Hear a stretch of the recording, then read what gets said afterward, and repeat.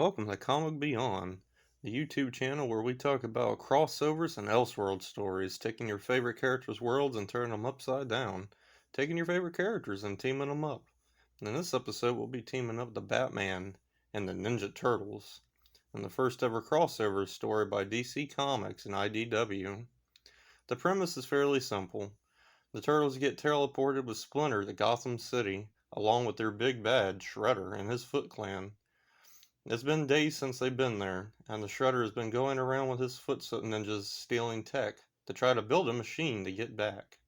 They break in the Wayne tech and try to steal stuff from them. But then that's when Batman catches wind of what's going on. Like I said, the premise is simple, and they keep it easy. It has all the tropes of your typical crossover event story. The heroes have to fight one another until they realize they're not the threat, and they have to team up to take down the big bad at the end of the story. I like this story. It's the first that I can say that it's my favorite, because it takes two of my favorite childhood characters, Batman and the Turtles. I remember growing up and taking my action figures and playing alongside Batman, teaming up with the Turtles, telling my own stories. So this really takes me back. It's one of my favorites and probably always will be. It has a whole bunch of fan service. Batman shares a slice with the Heroes in the Half Shell. Batman fights Shredder because, well, that's awesome and badass.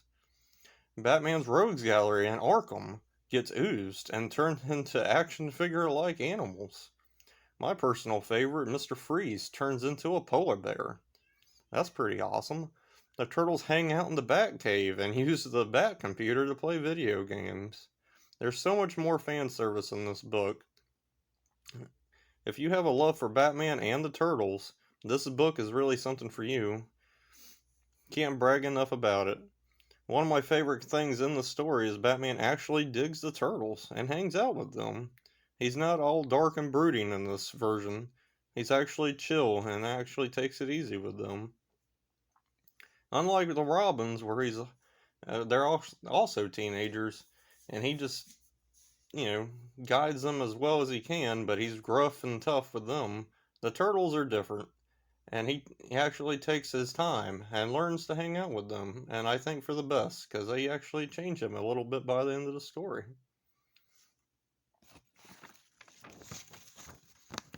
James Tynion writes a great story.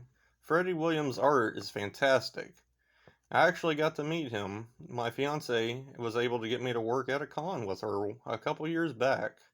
I got to have my issue 1 of this series signed by him. And I asked him a few questions. I asked him, where would you like to team the Turtles up next? And he said, the Teen Titans. That blew my mind, because I thought about it. That makes so much sense. They're both teenagers, both teams. Seeing them team up together would be amazing. If that happens, that'd be fantastic if DC could get it done. There's 3 of these crossovers, technically 4, but 3 of the main. The 4th was actually a crossover done with the animated series of Batman and the Nickelodeon version of the Turtles. All are really good in their own right, and like I said, this book has fan service, and each and every one of those has their own fan service with different characters you'd want to see team up. It was just a joy reading this. Very fun, very fast paced.